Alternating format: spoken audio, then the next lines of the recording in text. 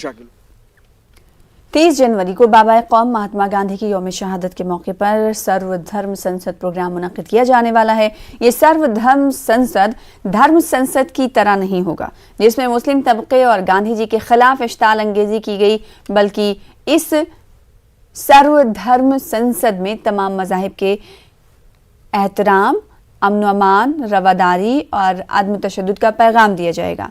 मुंबई में मंत्रालय के करीब में वाक़े गांधी जी के मुजस्समे के पास इस प्रोग्राम का इनेकाद अमल में लाया जा रहा है। इस मौके पर अम्बेडकर के मुजस्समे से गांधी जी के मुजस्समे तक पैदल मार्च भी किया जाएगा। वाज़ेह है कि गुज़िश्ता साल 17 था 19 दिसंबर को हरिद्वार में एक मजहबी फ़िरक़े के चंद अफराद की जानिब से धर्म संसद प्रोग्राम मुनक्किद किया गया था, यानी दिसंबर में प्रोग्राम मुनक्किद किया गया था, जिसमें मुसलमानों और बाबा कौम महात्मा गांधी के खिलाफ नफरत अंगेज तकरीरें भी की गई थी।